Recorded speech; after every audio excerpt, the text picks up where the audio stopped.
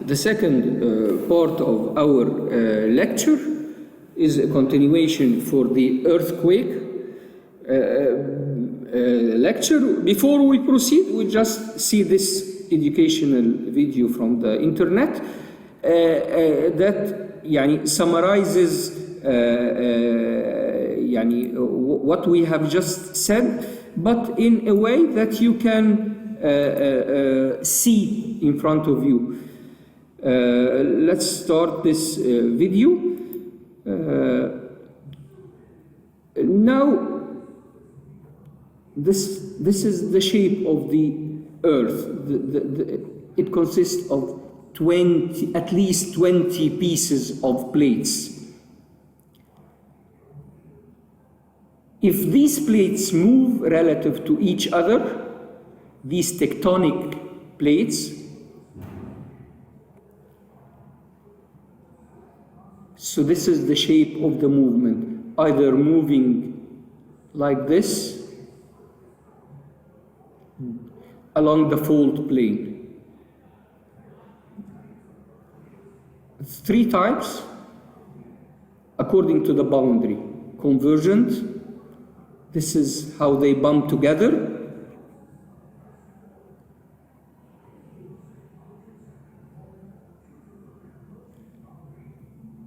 The other, divergent.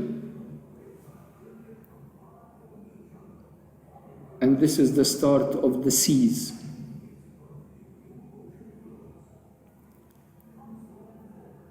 And then the last one is the transform.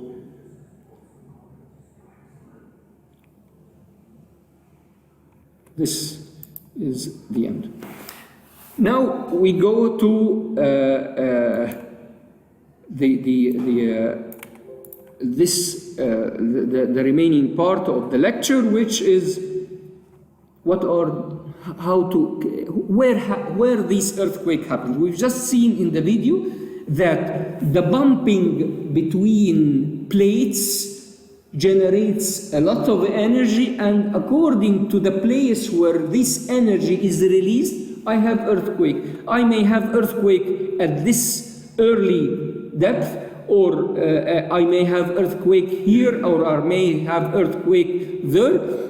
So nearly all shallow and intermediate earthquakes occur in Benioff zone. There is a zone scientists called this zone a Benioff zone. This zone where we have these shallow and moderate earthquake. Of course, if the earthquake is shallow and the energy is high, it means that it will be devastating, because I will be very near to the earthquake. But if I have an earthquake that is very deep below the ground, it may have minor effect on the surface.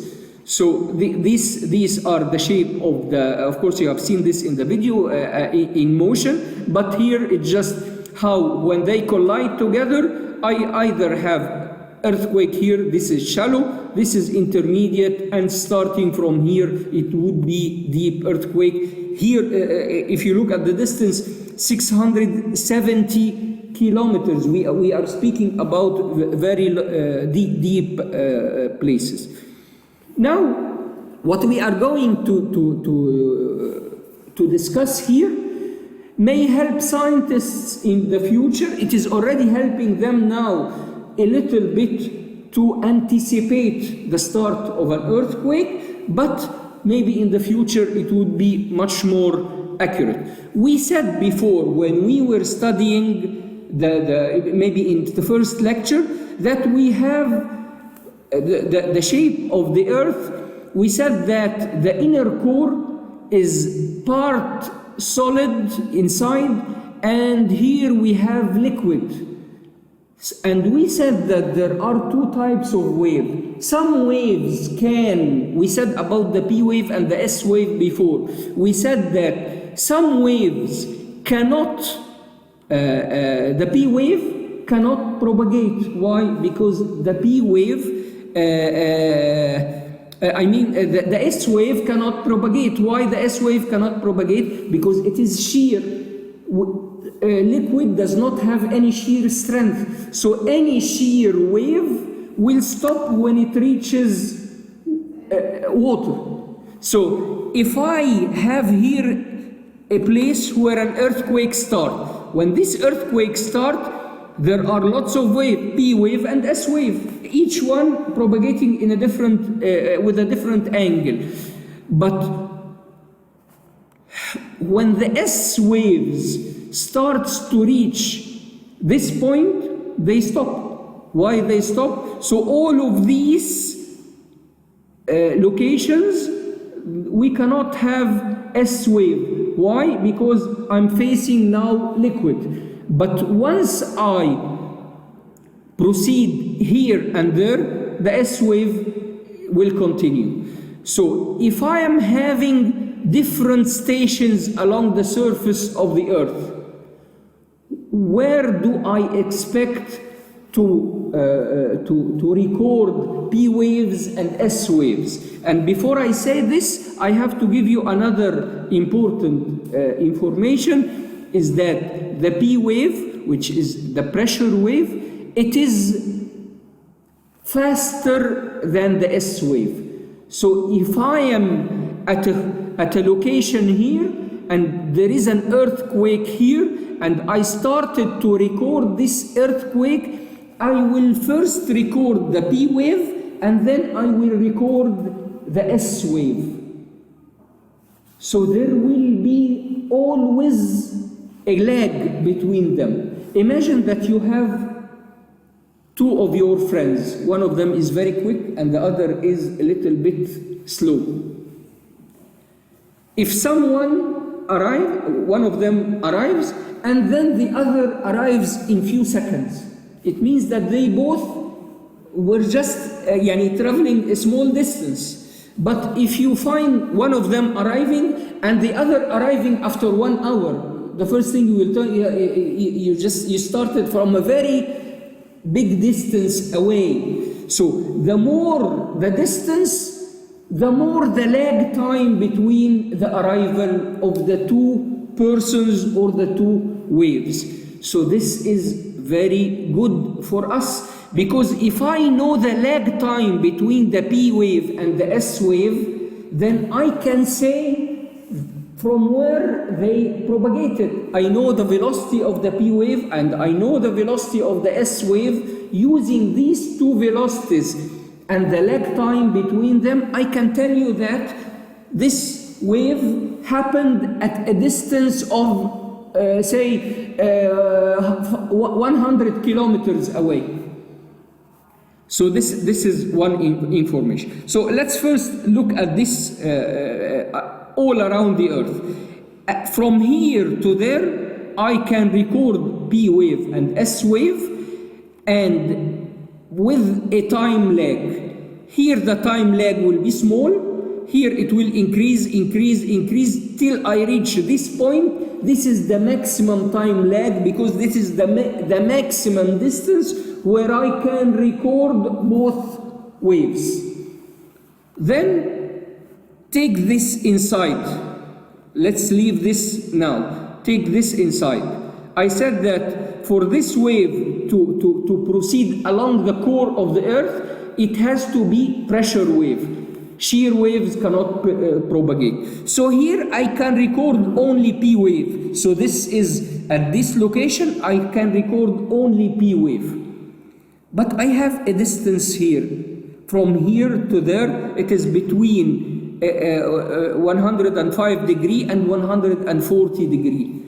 They cannot record neither this nor that. Why? Because the P wave, it can penetrate inside liquid, but it will be refracted. You remember in physics, the experiment where I have a spoon and I put it in water, and if I look from outside, I will not see the spoon straight, or a knife, I cannot see it straight. I will find that it is a little bit deviated. Why is it deviated? Because rays are refracted inside water. The same here happens. Do you know what is the difference between refracted and reflected? A ray can be reflected. It means that an incident ray will come on the surface and it will be completely reflected. It will, all of it will go in an opposite direction. But refracted means that it will continue, but with a certain angle of deviation. It will just be deviated a little bit. So if you look at this blue ray, once this blue ray reaches this yellow liquid, it will not continue in the same, but it will be refracted like this. So now, once this wave is refracted, it means that within this area, I don't have any waves. Why? Shear waves cannot propagate. Pressure wave, this is the previous pressure wave, and the next pressure wave that had to penetrate the fluid is refracted. So I have all of this area. I don't have neither P wave nor S wave. So if I am spreading recording stations along the earth, from here to there I will have P and S wave with a changing lag time. From here to there I have nothing at all. From here to the other direction I have only P wave. Okay, this is very, very, very important, because this is the base of what we are going to say again. That's why in lecture 1 we discussed this, but just in terms of the inside of the earth. We were just saying that the inside of the earth is solid in some place and is liquid in some place, and that this affects the propagation of waves. That's all.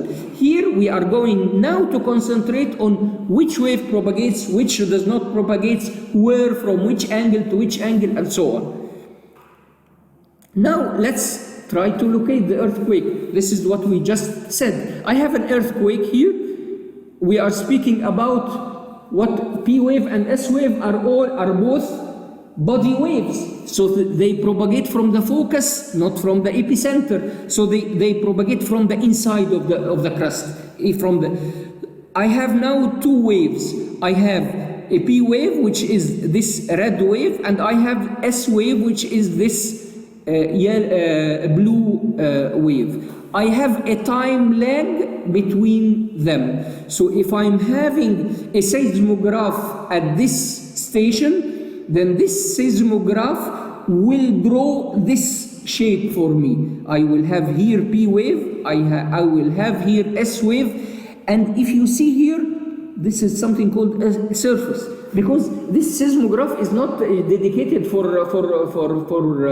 body waves only. It measures everything. It measures P wave, S wave, R wave, L wave, everything. So, but the fastest thing is the P wave, then followed by the S wave. Then the surface waves will come later. I don't care for them. I don't want them now. I'm now concentrating on the P wave and the S wave. So if this is a small distance, then this will be the time lag. If I have another station, not here but there, maybe the distance is double. So what will happen? What will happen is that the time lag will increase. So from the time lag, I can now estimate the distance covered by the waves. So scientists, what they have done, they drew this chart. This chart represents, this is the difference in arrival of P wave and S wave. So this is the time lag. This blue line is the time lag. And this is the distance to the epicenter, and this is the time lag. How much is it? 1 minute, 2 minutes, 3 minutes, and so on. And then they drew this line. This line helps me in what? If I go to this, you remember this? If I have this time lag, I will measure this time lag. I found that this time lag is 3 minutes. I will go to this graph, I will go to 3 and just go horizontally, cross this curve in a point and then go down. It will give me 2,000 kilometers. So now I know the distance from the recording station to the source of the earthquake. And so on. If I have many stations, one here, one there, one in another direction, I will at every station say that this earthquake originated from a distance of so and so. So this is the time lag, and this is how we do. Let's see it on the earth. If I am in Egypt and I measured the earthquake, the lag time, and I knew that it is at a distance of so and so. So I will manage to draw this blue circle. It means that the earthquake may be at any point along this circle, because I don't know, is it north, south, east, west? I don't know. I just know a distance. If another one, maybe here in Europe, measured the same earthquake, and he said that the earthquake is at a distance of so and so, and he managed to draw this green circle, then now the actual earthquake is now limited in 2 points. The 2 points of intersection between the blue circle and the green circle, these 2 points, are the expected points of the origin of the earthquake based on 2 stations. I still don't know. Is it this one? Is it in Asia? Or is it in Africa? It's a very big distance. I cannot just take this is not enough. So I have to take the record from another station. Maybe in India, they measured this same earthquake. So they are going to give me this red circle, and this red circle will intersect with the other 2 circles at this point. So now I can say, no, this earthquake originated from Asia, not from Africa. So the minimum points that I need, the minimum recording stations that I need to locate, to say where is the earthquake started, is 3 points. Of course, if you get 4, 5, 6, all of them will intersect at this point. Of course, there may be some deviations due to accuracy. This is expected, but at least if I have accurate measurements, they will all intersect at this point. Now we go to another. So now we can locate the earthquake. Locating an earthquake is important, because if I can locate the where is the earthquake very quickly, then I can give some kind of information to people along the earth that take care, there is an earthquake and it originated at this place, take care, it is coming to you. Of course, we are speaking about few seconds or few minutes. Now, how to measure an earthquake? To measure an earthquake, I have to know, of course, there may be other scales, but the most important are Richter scale and Mercalli scale.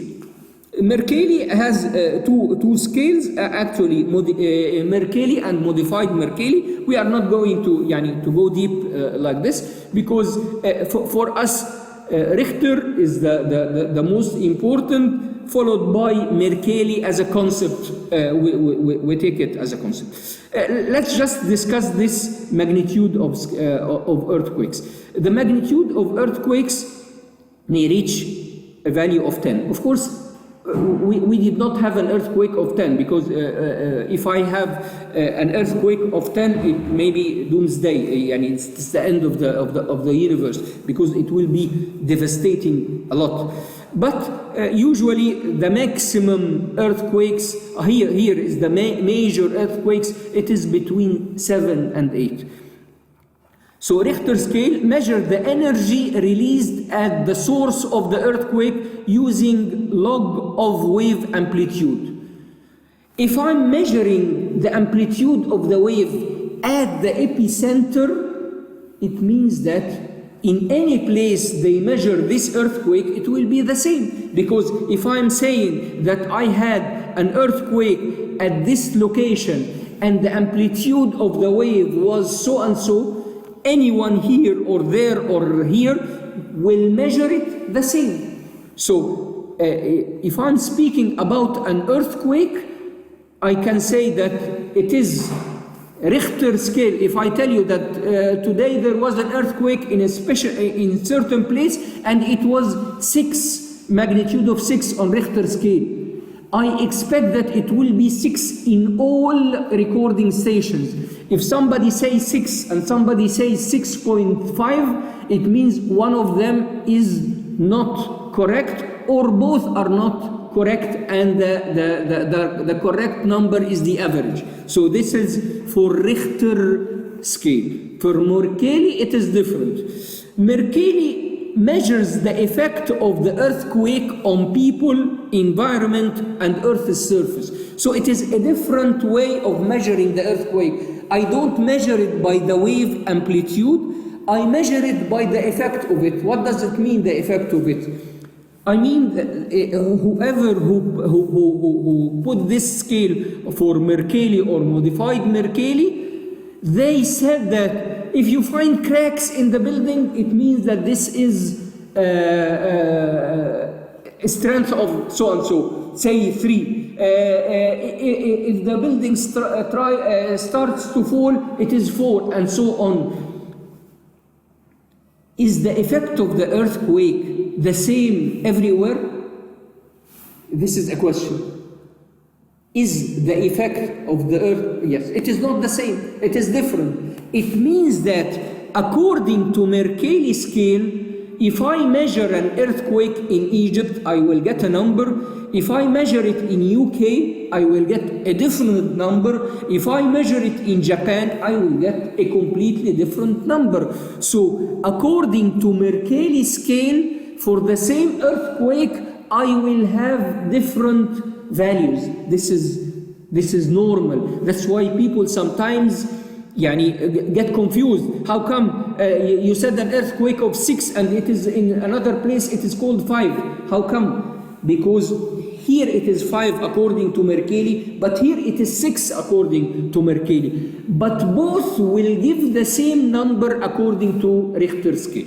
So this is one thing that is very, very important. The other thing I need you to understand is the difference between an earthquake of 5 and 6 or between 7 and 8. Is it just, when I tell you what is the difference between 7 and 8, you will tell me 7 minus 8 is 1. What's the difference between 4 and 5? 4 minus 5 is 1.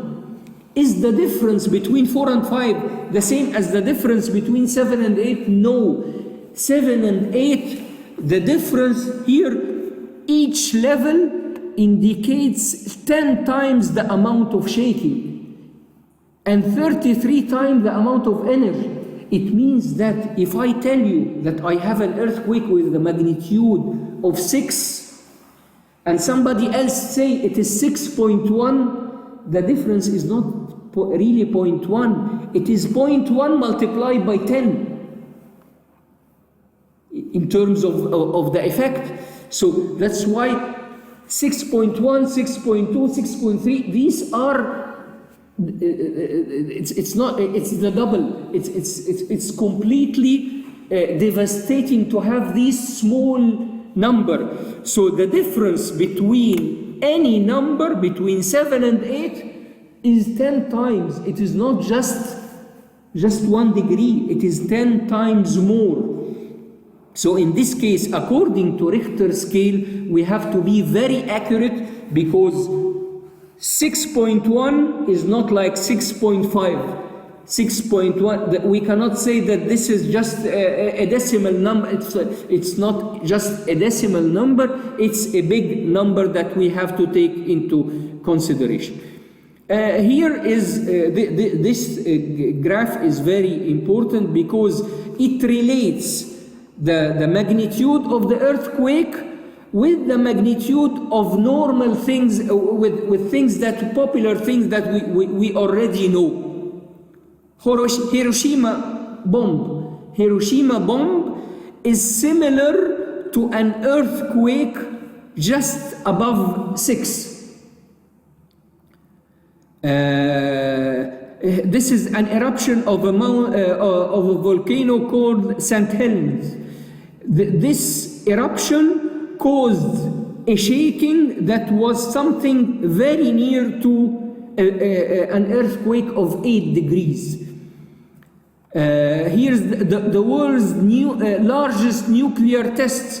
It was something like an earthquake of a magnitude of 8, completely devastating. Here are the known earthquakes. You see here there was an earthquake in Chile, 1960. It was something between 9 and 10. This was completely devastating, very strong. And these are other. Kobe in Japan, this was between, this is very famous, this is between 6 and 7 and so on. We go to the Mercalli scale. The Mercalli scale is a little bit different. We said that Richter scale is fixed. Each number is double, is 10 times the upper or the below number, and it measures the amplitude of the wave. Here, the Mercalli or the modified Mercalli, it does not measure the amplitude. It measures the effect. See here, if I have a magnitude of 1 in the modified Mercalli, in this magnitude of 1, I cannot feel the earthquake. It is recorded by the equipment, the seismograph, but I cannot feel it at all. Nobody can feel it. If it is felt by only few people, especially if they are in places in the upper floor of a building and so on. Number 3, felt by people lying down on the ground and so on. Here, some houses collapse. This is a magnitude of say this is 4 or this is 6 magnitude of 6 and so on. So all of these are effect on people, effect on building, effect on environment. And here is what would be the relative number according to Richter scale. So now we reach that we need to put what are the similarities between Richter and Mercalli scales. The similarities, the bigger the number, the bigger the effect. If I have a magnitude of 2, it is less than a magnitude of 3. How much less, I don't know. But they both say that the increasing the number increases the effect. Measures the magnitude of an earthquake. They both measure the earthquake. Doesn't tell you how deep the earthquake. They cannot just define the depth of the earthquake. Uses a number scale to describe an earthquake. These are numbers. Of course, in the Richter scale, it is 1, 2, 3. In the Mercalli scale, it is I, double I, triple I, and so on. But they approximately they say the same. Measures the damage done in an earthquake. They both represent the damage of the earthquake. But what are the differences? In Richter scale, it is measured by a seismograph. Here it is not measured by a seismograph. It is based on someone's opinion. That's why this is a very good question. Mercalli scale is subjective.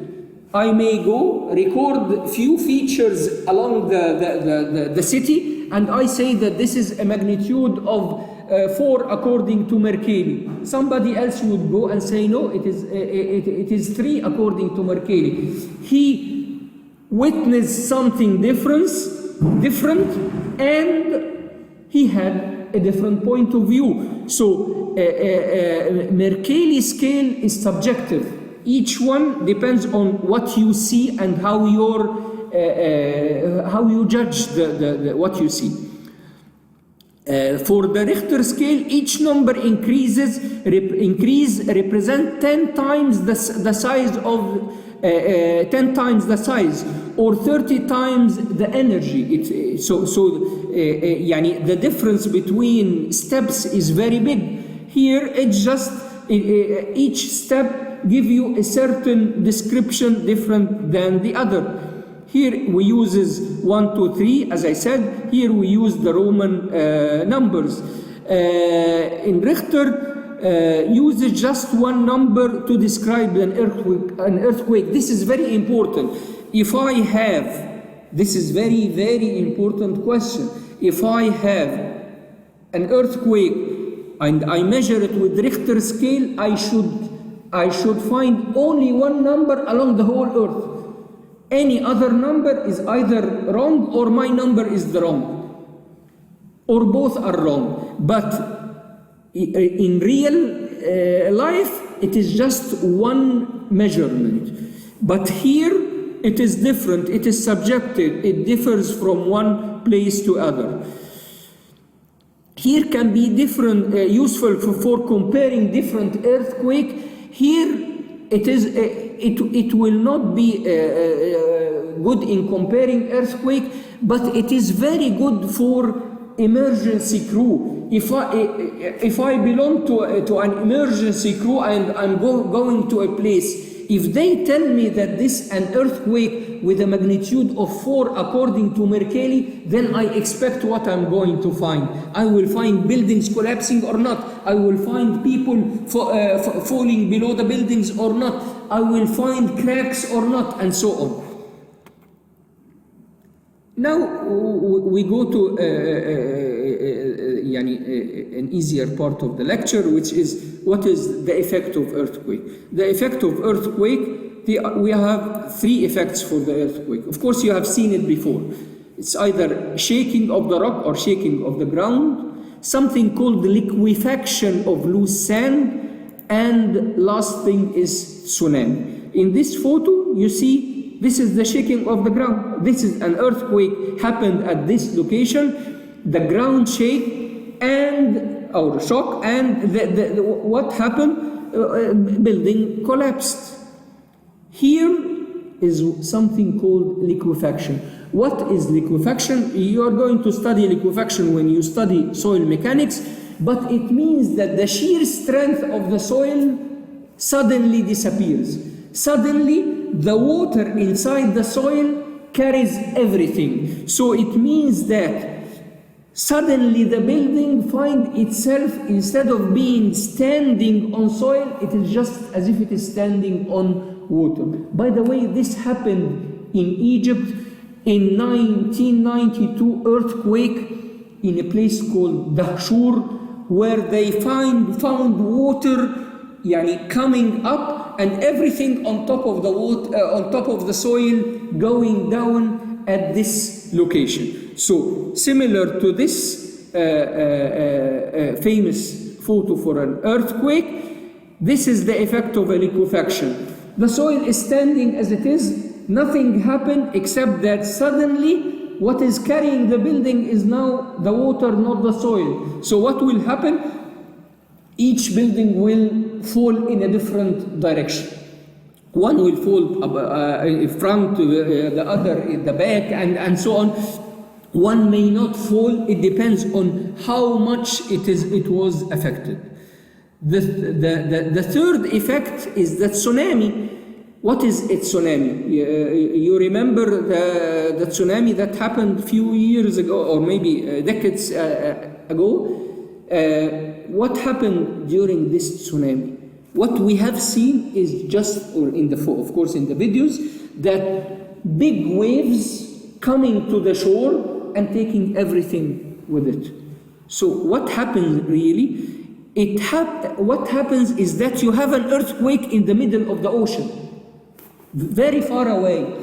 So when this earthquake, this ground shakes, what will happen? You will have a wave propagating in the sea or in the ocean. The wave will propagate. You don't feel anything because it is propagating in very big depths. But once the wave reaches the shore, the wave wants to propagate. It wants to go up and to go down, to go up and to go down. But the shore is very shallow. So what will happen? You find suddenly that the wave rises up very high and then come to the shore. So this is exactly what happened. Here there is the same. This wave is here and this wave is here. But what is happening? Here the depth is big, so I can't feel it. But here the depth is shallow, so most of the wave is above the ground, so it covers everything with it.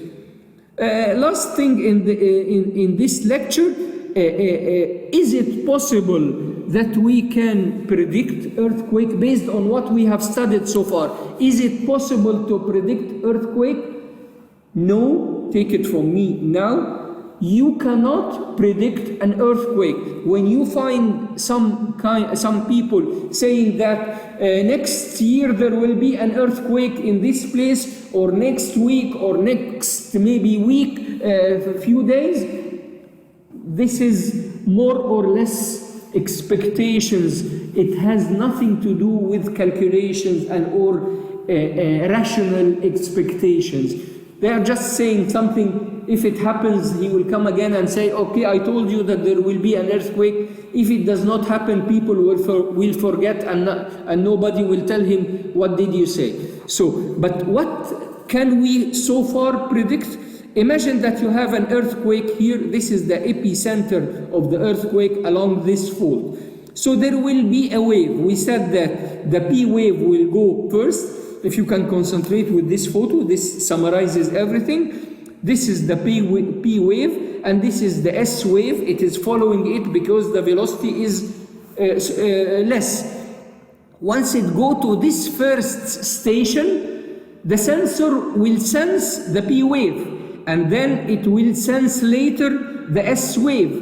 The lag time will be measured, and similar stations will measure the same earthquake. Once at least 3 stations measure this earthquake, they will calculate using computers very quickly where is the source of the earthquake, and they can measure, can give indication to this compound or to this city that there is an earthquake that is coming in your direction, and it will arrive in few seconds or few minutes. This may be the maximum that we can give them. Try to evacuate tall buildings very quickly because it may be affected, and this is the maximum we can do. Early and accurate earthquake prediction is not yet possible. This is as final conclusion from what we have studied so far. This ends up our lecture of earthquakes. This is chapter 7. Thank you, and see you in the next lecture.